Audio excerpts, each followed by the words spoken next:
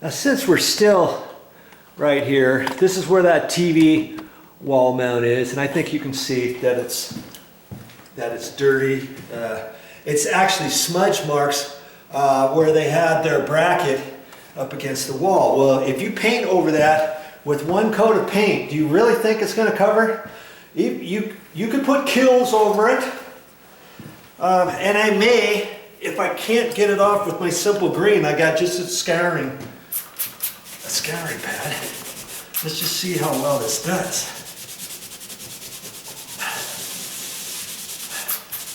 Sometimes over marks like that, you have to kind of leave it and then go on with a little bit more. Let that soak in. Here's a pencil mark here.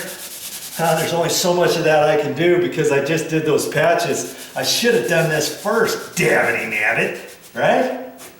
I could have. I could wait towards the end of the day, or actually here, I'm getting it.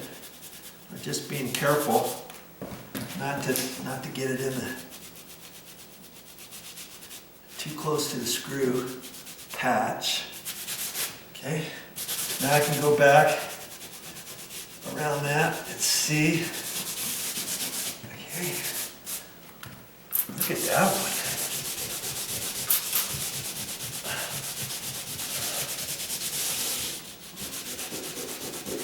Okay, remember what they look like, okay?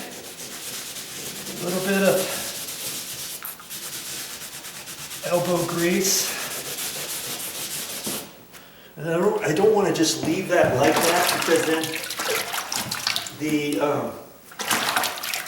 residue is going to show like that. Okay, I'm just taking my sponge around it. Let's just see how well that does. There. Look at that. What do you think about that? Keep rinsing my sponge out. How long did that take? Look at the video clip. How long did that take? I don't think I'm going to have to do any kilz on there. You know, once that dries, if you decide you're going to put a little kilz, hey, all you have to do is put a little bit, and that's it. Okay. Now on this wall, if I stand back, I can also see there's more marks there, isn't there? And then there's some there. That was probably from the bottom of the bottom of the TV. Maybe it was tilted and that was rubbing on the wall, or they had a cabinet there. Here, look at this. See this red stuff? Let's just try to get that off. If I leave that red stuff there, it could bleed through the paint if you don't put kilz over it. If you forget, let's say.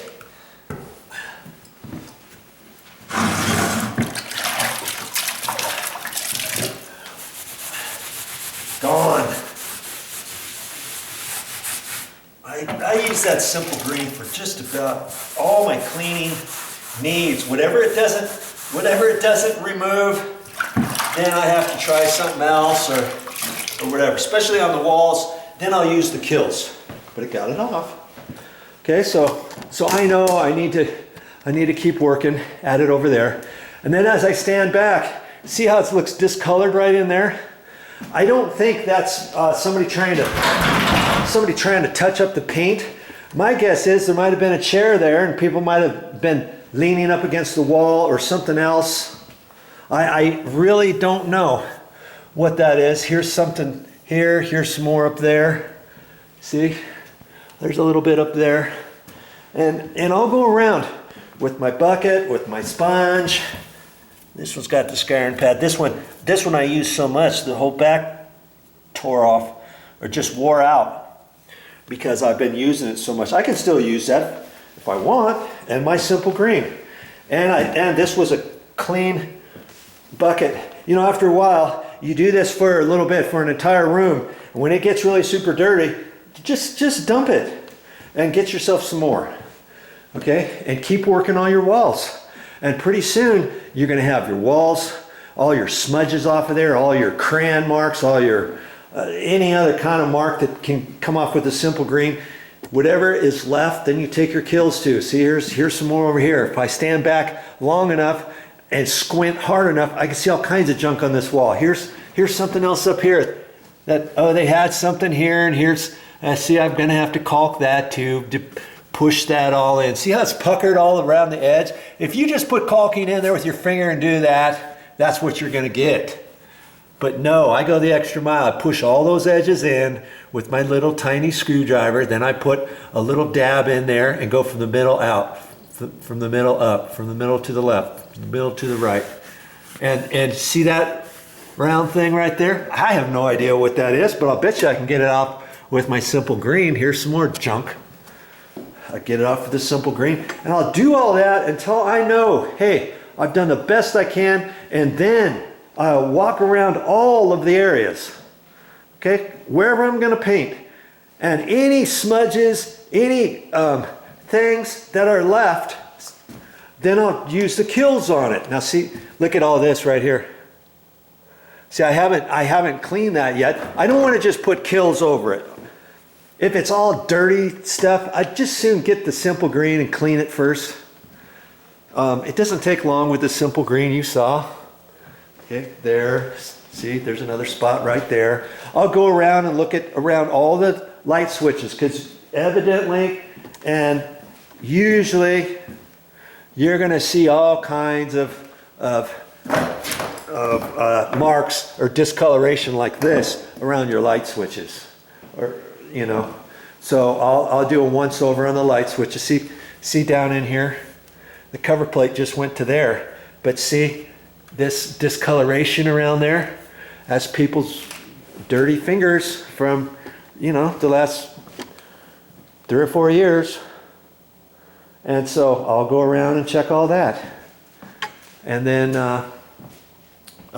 look down there. There's some more things.